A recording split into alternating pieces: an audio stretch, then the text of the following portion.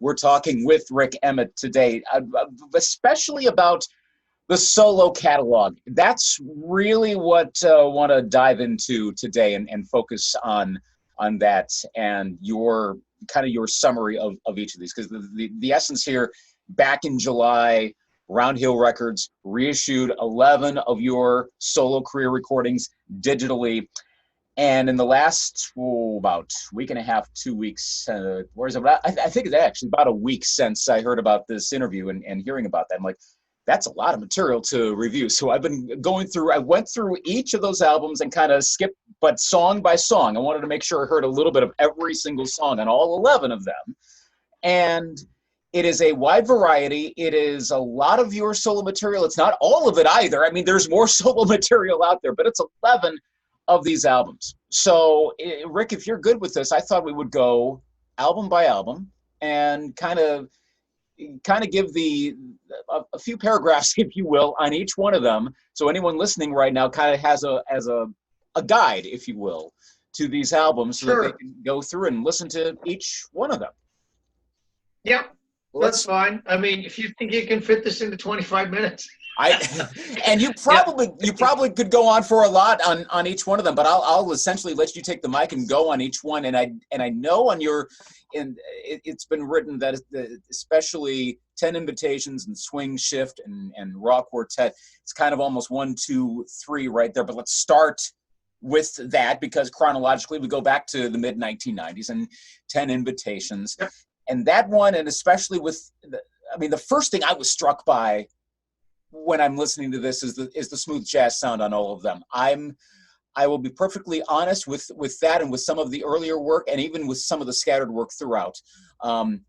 I hear a lot of the vibe that I get when I would hear the old local forecast on the Weather Channel here in the United States. I loved listening to that. I grew up watching that, and it's a lot of the similar music. I'm like, I love hearing this right here. So that's, for anyone who is listening to this right now and only knows Triumph, they would listen to that and go, wait a second, but what was the angle you were taking when you started, especially with that first album, and go on 10 Invitations? Okay. This was the record that I'd always wanted to make since I was a kid. Was a classical kind of nylon string guitar kind of a thing. And when I had sort of decided I'm giving up on the whole mainstream, going to try and get on the radio, going to try and sell concert tickets, all of that stuff, major record label distribution, didn't care. Just wanted to have my own little label, indie thing in my basement, my little digital studio. So it was logical to start with a classical guitar thing. You're recording one thing and you learn how to edit, and you can make a record. So that's where I started. And there were the first 3 records you mentioned, 10 Invitations, and then Swing Shift and Raw Quartet. They all happened kind of at the same time, but in succession, in the sense that the material I was learning how to record a band, how to have other instruments involved. And the Swing Shift record, I think, was the one that was sort of artistically, and that's, I think, maybe why you're getting that smooth jazz thing. There wasn't really smooth jazz, and I'm making air quotes at this point, but at that point, but it was coming. The radio was about to start making that transition. But I had jazz as the first sort of deep thing that I'd studied in college, and music, above and beyond all of the folk and rock that I'd started with, just self-taught. So, and to me, jazz, you leave the audience behind, but you're chasing the muse when you start to get into jazz, because it's pretty deep. It has a lot of sophistication. So, it was self-indulgence, but those first 3, that was the trilogy, and it was critically well received. And it was kind of like, hey, we're doing good enough that we can keep doing this. We're making our money back selling these records off the website. So it was like, hey, great, let's keep going. I also was reading that some of this also had to do with your instructional, kind of showing how to play the guitar. And I'm always drawn towards anyone who in effect is teaching others how the instrument works, how the technique worked, regardless of what vocals, drums, keyboard, whatever.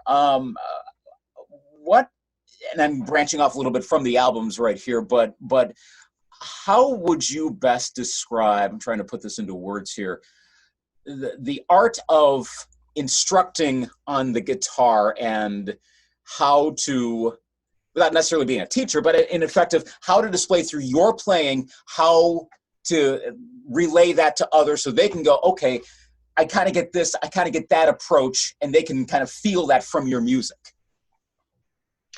Well, I mean, I always did have a kind of a pedantic academic sort of nature. And I taught college for 2 decades, so it's kind of a part and parcel. I wrote columns for Guitar Player magazine for 13 years. I mean, it's kind of what I do, and I also feel like when I learn something, then that's of interest to me. Hopefully that'll be of interest to others. But I'm sort of always pushing myself to try and move forward as an artist. And so, I mean, going back to the trilogy and the records, like, I'm doing all of this different stuff in different styles, but, then you figure it out and you sort of put them into little piles and you go, okay, so the solo-y sort of stuff that's more about just a single guitar doing things, that's going to be over here in the invitations pile. The stuff that's bluesy and rocking and, the stuff that I started out with Eric Clapton and Jimmy Page and Jeff Beck, and then the blues, and then that led to the Stevie Ray Vaughan-ish kind of world. That's going to go in the rock quartet pile, and then the archtop things, the jazz things, the swinging kinds of things, that's going to go in the swing shift pile. So and get that out of my system. There was a little bit of singing on the swing shift record. And the rock quartet record, but not a lot. But then, then I sort of got back to, okay, singer-songwriter again. Let's go with that. Now, all of these things combine when you're in a rock band. They inform what you're doing, and so your question is about, how much of it is intellectual and how much of it is emotional, and then, how much of it is you're being called by the music. And then now you're using the music to call up to others, So, I mean, in a way, you could say that's a kind of a spiritual thing almost. That's like you're not necessarily a teacher so much as you're somebody that's, illustrating or demonstrating something and saying, this is kind of cool. If you want to get closer to your heart, if you want to get closer to your spirit, these kinds of things can make it happen. And, when you're in an arena rock band, it's a pretty narrow scope of what you can do. By going out on my own, I was able to open that up. So I think that answers your question. I think it does. It does, yeah. In its own way, it absolutely works. I'm going to actually skip past Live at Berklee and go right to Handiwork and the back-to-back albums in 02 and 03, Handiwork and Good Faith. Comment on those two albums. I mean, they're not twin albums, but after a few years go by, and then you have a couple albums come out back-to-back years. What's your take on those two? Yeah, and it's perceptive of you to say that, that they're twinned, because they were done at the same time. It was just, again, a question of saying, okay, the stuff that's sort of singer-songwriter, that's going into the Good Faith pile, and this other stuff. And now Smooth Jazz Radio, I'm starting to get airplay there, so now Handiwork is kind of like, okay, then I'm going to try and make something that works to that format, and that was the instrumental record. So I didn't put them both out at the same time. First the instrumental, then the singer-songwriter one. But I mean, you got to understand too that in my real life, well, which is to say, I don't have an unreal life, but back in the real world, I'm still getting, agents that book me to play classic rock gigs. I'm going playing bars. They want to hear the evergreen Triumph material, So now the duality of my life is, it's there that, I've got these things that I'm making to sell off the stage, kind of merch table things, and downloading off my site or, whatever people are ordering from my website. But I'm still going out and playing all the old Triumph stuff. So haven't given up who I was. That's still a part of who my personality is. I'm getting my yayas out playing, classic rock band gigs. But, as a recording artist, as a writer, now I'm really able to kind of indulge myself on the other side. Then you mentioned duality and the concept of two, Dave Dunlop and the Strung-Out Troubadours, and as someone you had performed with for a long time before the album comes out in 2006. So what finally led to putting this down to tape, and putting that out on an actual album in 2006? Yeah. Well, I mean, David played in my band, and I had made the transition. I would get a lot of gigs that would be solo gigs. You know, they didn't have the budget to hire a whole band, but you know, they had enough that they could pay for me. And then I would, okay, I'm going to bring a side man. And I had a piano player named Marty Anderson. I was using him on a lot of stuff.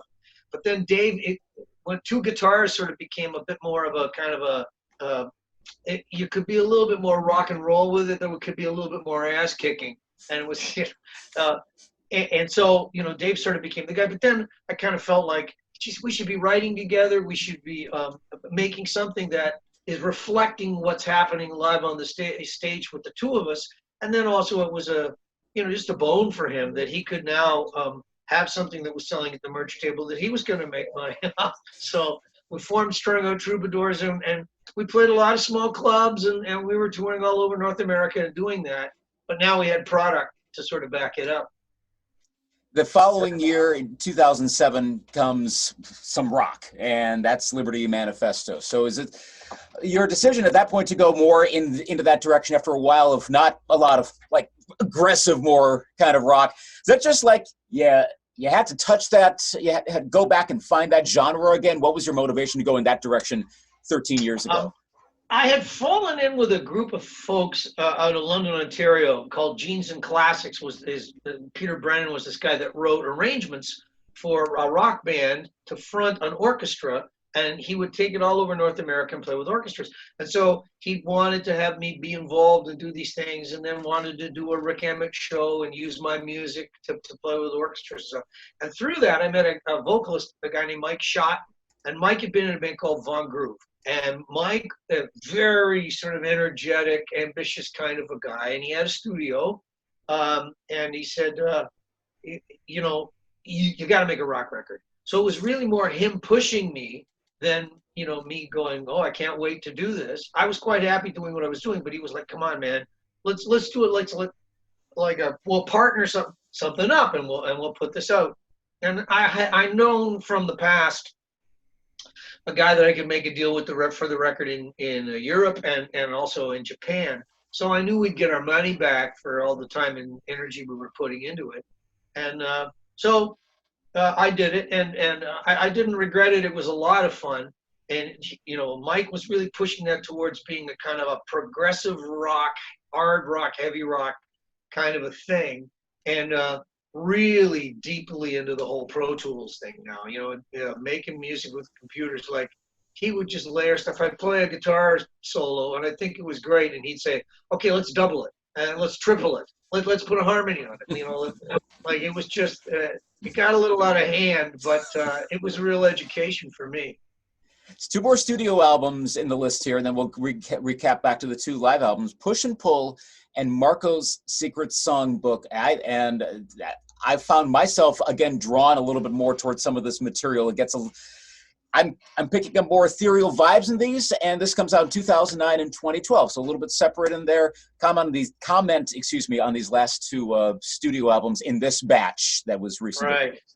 Well, Push and Pull was, again, that was a record that Dave and we wanted to sort of move a little bit more urban, a little bit more R&B groove, smooth jazz radio-ish kind of record.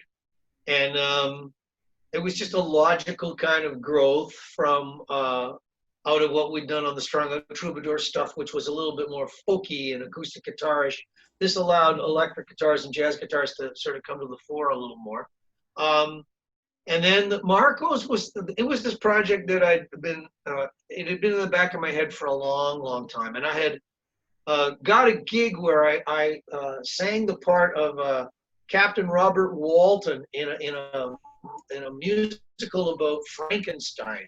And so my gig was I would sing at the beginning of the show. Like, people don't really understand the old Mary Shelley framing of Frankenstein, but it had its own frame, which was a guy is in a boat locked in the ice north of England, and this monster literally shows up across the frozen tundra and you know, is on the boat and then tells this fantastic tale, this story, and then at the end dies on the boat.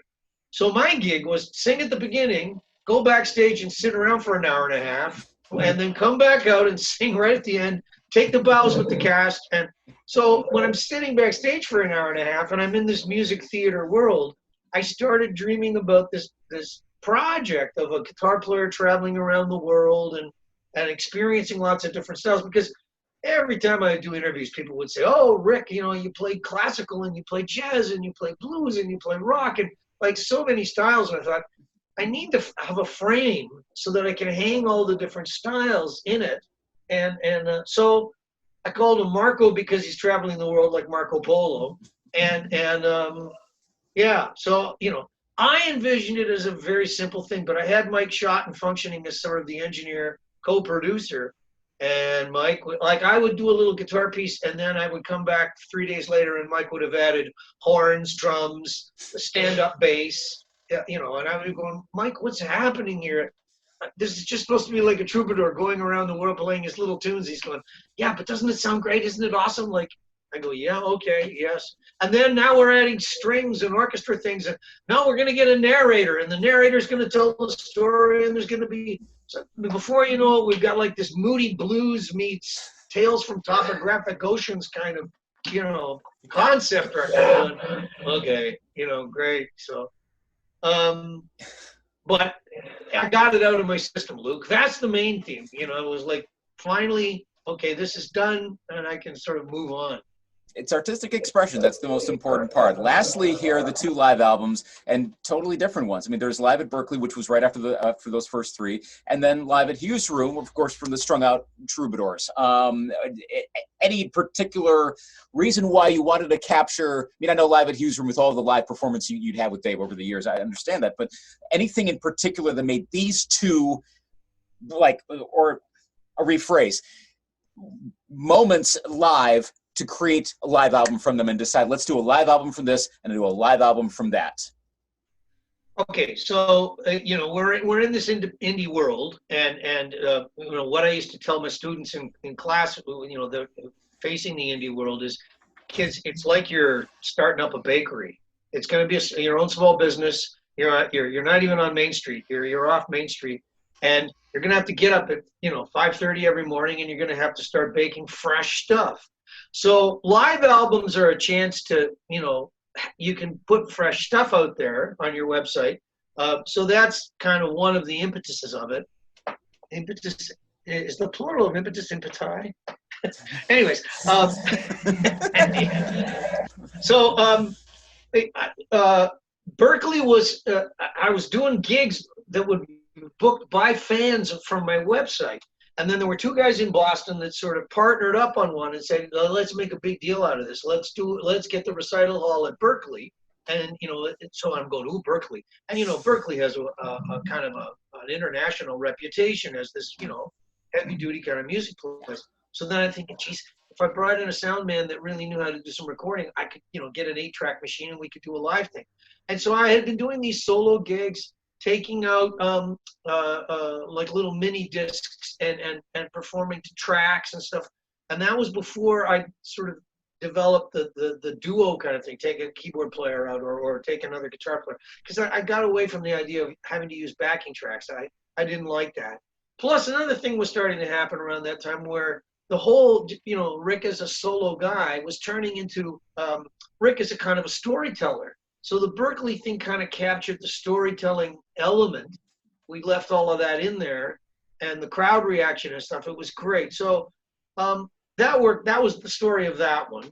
And then the Live at Hughes was literally just a question of, okay, you know, the Troubadours, again, we want to have product to sell live off stage. And, you know, this experience that people are getting, it had sort of developed to this point where Dave and I would have these guitar duels and things. And we didn't have any of that on record, so we wanted to kind of have something that would be a documentation of what the live show between us was like. So, And Hugh's Room was a magic place. It's no longer with us. It's gone the way of all flesh, gone the way of all clubs. You know, live music has really suffered in the Toronto market. But that place was like 5 blocks from where I grew up. So there was a kind of I had again, that sort of spiritual kind of connection to that place. Yeah, it was like I was going home. I did air quotes again. Well, there's a wealth of material for people to listen to that have a lot easier access to. They have a lot easier access to listen to it now. 11 solo works, the 2 live ones, all the studio efforts. Rik Emmett, thanks for taking some time to chat with us today. I encourage anyone who's listened to this, go do what I did and listen through them all. Find the special parts. There's a lot to listen to. Take care and all the best with all the work you're doing now and in the future. Thanks, Luke. All right, take care. You Bye-bye. did it. You fit it into 20 minutes. I did, Well done, yes. sir. Awesome. Good luck with the next interview. Bye-bye. Take care.